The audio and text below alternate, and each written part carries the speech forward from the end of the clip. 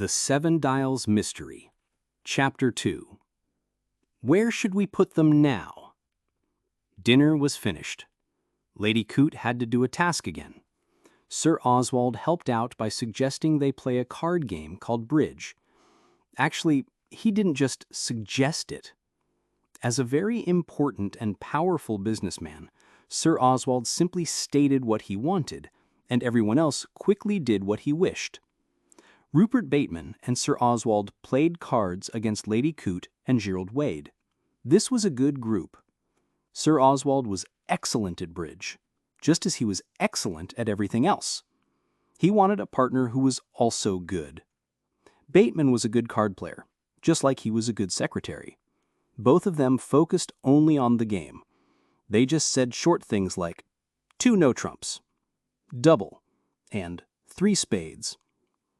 Lady Coote and Gerald Wade were friendly and talkative.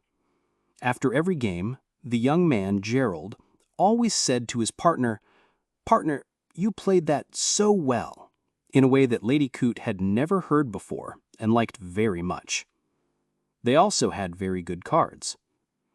The other people were supposed to be dancing to the radio in the large ballroom, but they were really standing around the door of Gerald Wade's bedroom. You could hear quiet laughs and the loud ticking of clocks. "Let's put them under the bed in a line," Jimmy said. "What time should we set them for? Should they all ring at the same time, or one after another?" Everyone argued about this. One group thought that since Jerry Wade was a very heavy sleeper, all 8 alarm clocks needed to ring at once. The other group wanted them to ring one after the other. In the end, the second group won. The clocks were set to go off one by one, starting at 6:30 in the morning. "I hope this teaches him a lesson," Bill said. "I agree," said Socks. They were just starting to hide the clocks when someone suddenly shouted, "Stop! Someone is coming up the stairs." Everyone panicked. "It's okay," Jimmy said. "It's just Pongo." Mr. Bateman, whose turn it was to rest from the card game, was going to his room to get a handkerchief. He stopped and immediately understood what was happening. Then he said something simple and smart. "He will hear them ticking when he goes to bed." The people hiding the clocks looked at each other. "See, I told you so," Jimmy said in a quiet, respectful voice. "Pongo has always been smart." The smart man, Pongo, continued on his way. "It's true," Ronnie Devereaux said, tilting his head. 8 clocks all ticking at the same time make a loud noise. Even Jerry, as silly as he is, won't miss it. He'll know something is wrong." "I wonder about that," Jimmy Thesiger said. "Wonder about what?" "If he is as silly as we think he is." Ronnie looked at him. "We all know Gerald." "Do we?" Jimmy said. "Sometimes I think it's not possible for someone to be as silly as Gerald pretends to be." Everyone stared at him. Ronnie looked serious. "Jimmy," he said, "you're smart." "You're the new Pongo," Bill said, trying to cheer him on. "It was just an idea I had, that's all," Jimmy said. "Oh, let's just be direct," Socks said. "What should we do with these clocks?" "Pongo is coming back. Let's ask him for help," Jimmy suggested. They asked Pongo to use his intelligence, and he made his decision. "Wait until he's gone to bed and is asleep. Then, quietly go into the room and put the clocks on the floor." "Little Pongo is right again," Jimmy said. "On the count of 1, we all hide the clocks, and then we'll go downstairs so no one suspects anything." The card game was still going on, but it was a little different now. Sir Oswald was playing with his wife and was seriously pointing out all the mistakes she made during each hand. Lady Coote accepted his criticism with a good attitude and didn't seem to care very much. She said over and over again, "I understand, dear. It's so kind of you to tell me," she replied. Even so, she continued to make the exact same mistakes. Every so often, Gerald Wade would say to Pongo, "You played that really well, partner." Bill Eversley and Ronnie Devereaux were making calculations. "If he goes to bed around midnight, how long should we wait? About an hour?" Bill yawned.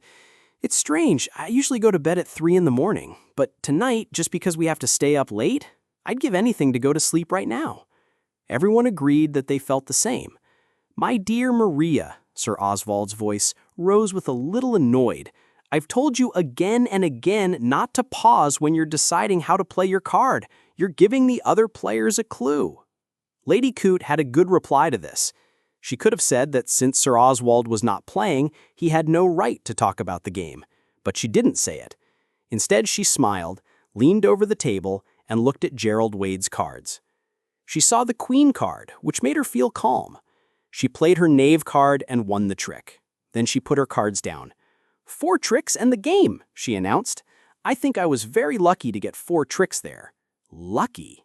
Gerald Wade said softly, as he got up and walked to the fireplace to join the others. She calls that lucky? Gerald Wade said quietly. You need to keep an eye on that woman. Lady Coote was collecting her money. I know I'm not a skilled player, she announced with a sad tone that still seemed happy, but I am truly very lucky at the game. You will never be a good bridge player, Maria, Sir Oswald told her.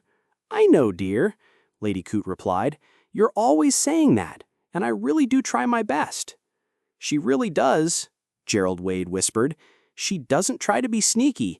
She would put her head right on your shoulder if it meant seeing your cards. I know you try, Sir Oswald said. It's just that you don't have a natural feel for the game. I know, dear, Lady Coote said. That's what you always say, and you still owe me 10 shillings, Oswald. I do? Sir Oswald seemed surprised. Yes, the score was 1700, which is £8 and 10 shillings. You only gave me £8. Oh my, Sir Oswald said. My mistake. Lady Coote smiled sadly at him and took the extra 10 shillings. She loved her husband, but she was not going to let him cheat her out of 10 shillings. Sir Oswald went to a side table and offered everyone whiskey and soda. It was 12:30 a.m. when they all said good night. Ronnie Devereux, whose room was next to Gerald Wade's, was told to report on their plan. At 1:45 a.m., he crept around and knocked on doors. The group, in their pajamas and robes, gathered together with quiet giggles and whispers. His light went out 20 minutes ago, Ronnie whispered in a rough voice. I thought he would never turn it off. I just opened his door and looked inside, and he seems to be in a deep sleep. What should we do? The clocks were gathered together again, and then they had another problem. We can't all go into the room. It will be too noisy. Only one person should go in, and the others can hand him the clocks from the door. They argued a lot about who should be chosen. The 3 girls were not chosen because they would giggle. Bill Eversley was not chosen because he was tall, heavy, and walked loudly. He strongly disagreed about being clumsy. Jimmy Thesiger and Ronnie Devereux were considered, but in the end, most people chose Rupert Bateman. Pungo is the perfect person for this, Jimmy agreed. He's always walked as quietly as a cat. Plus, if Jerry wakes up, Pungo will be able to come up with some silly but believable excuse to calm him down so he doesn't get suspicious. Something smart, Socks thoughtfully suggested. Exactly, Jimmy said. Pungo did his job perfectly. He carefully opened the bedroom door and went into the dark room with the 2 largest clocks. A minute or 2 later, he came back to the door and 2 more were handed to him. He went in twice more. Finally, he came out. Everyone held their breath and listened closely.